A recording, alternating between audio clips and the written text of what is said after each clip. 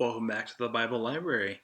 We wrap up this week with a first of two-parters, First Thessalonians. Thessalonians, say that 5 times fast. But anyway, the book of First Thessalonians, we'll get to second on Monday, the First Thessalonians. It's clear that Paul has helped start this church, but had to leave faster than he wanted. So he's kind of writing back, being like, hey, wasn't that great? Hey, here's all the things I forgot to tell you. Or I'm very eager to hear how things are going. I was really excited what we had going. And I'm writing to you to follow up, so to speak. It's funny that it also, the book of First Thessalonians, does well to talk about our place in things, our role of the church, the understanding of time being uncertain for the church, especially in this context. Maybe we can relate today. It's also talking about, Paul always kind of brings in the end of times and the afterlife and such quite a bit. It's usually the end of chapters in this. This actually might be the first epistle that Paul wrote. This is a undisputed epistle. It's very clearly Paul. Like I said, his theology is not as complex as perhaps in other chapters. This is kind of like your introductory, your 101, if you will, for how to be the church, according to St. Paul. He talks a lot about, too, of how, what their conduct should be, what his conduct should be as a leader. It's good for us to know as well as leaders of the church.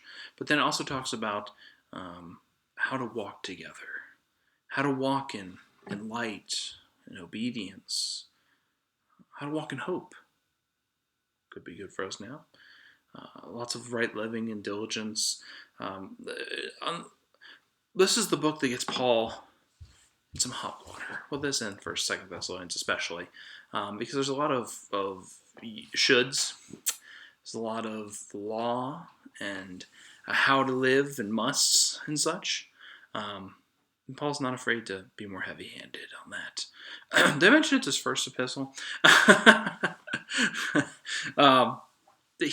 Anyway, so First Thessalonians, of course, and it's a two-parter. But unlike where we saw Corinthians, where they were inherently first part of story, second part of story, I think you could read them separately. I think more First Thessalonians is more 101 level, and Second Thessalonians would be 201 level course, so to speak. So yeah, if you were going to read second, I'd read first as well, but you could still take them separately. You could test out of 101 perhaps. I don't know. Anyway, that's probably a bad insinuation. So, let's play Matchmaker now. If you're looking for a book that is talking about some of the basics of how to be the church, you don't mind some oughts and shoulds and musts in there that to wrestle with. Remember, context. The inspired word of God, right?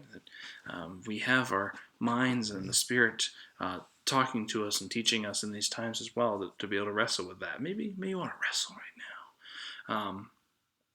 And then, if you're looking for a book that will teach you how to walk as the church together, how to walk with God in these times and our leaders, this is the book for you. So, we will do 2 Thessalonians on Monday. Until then, have a good weekend.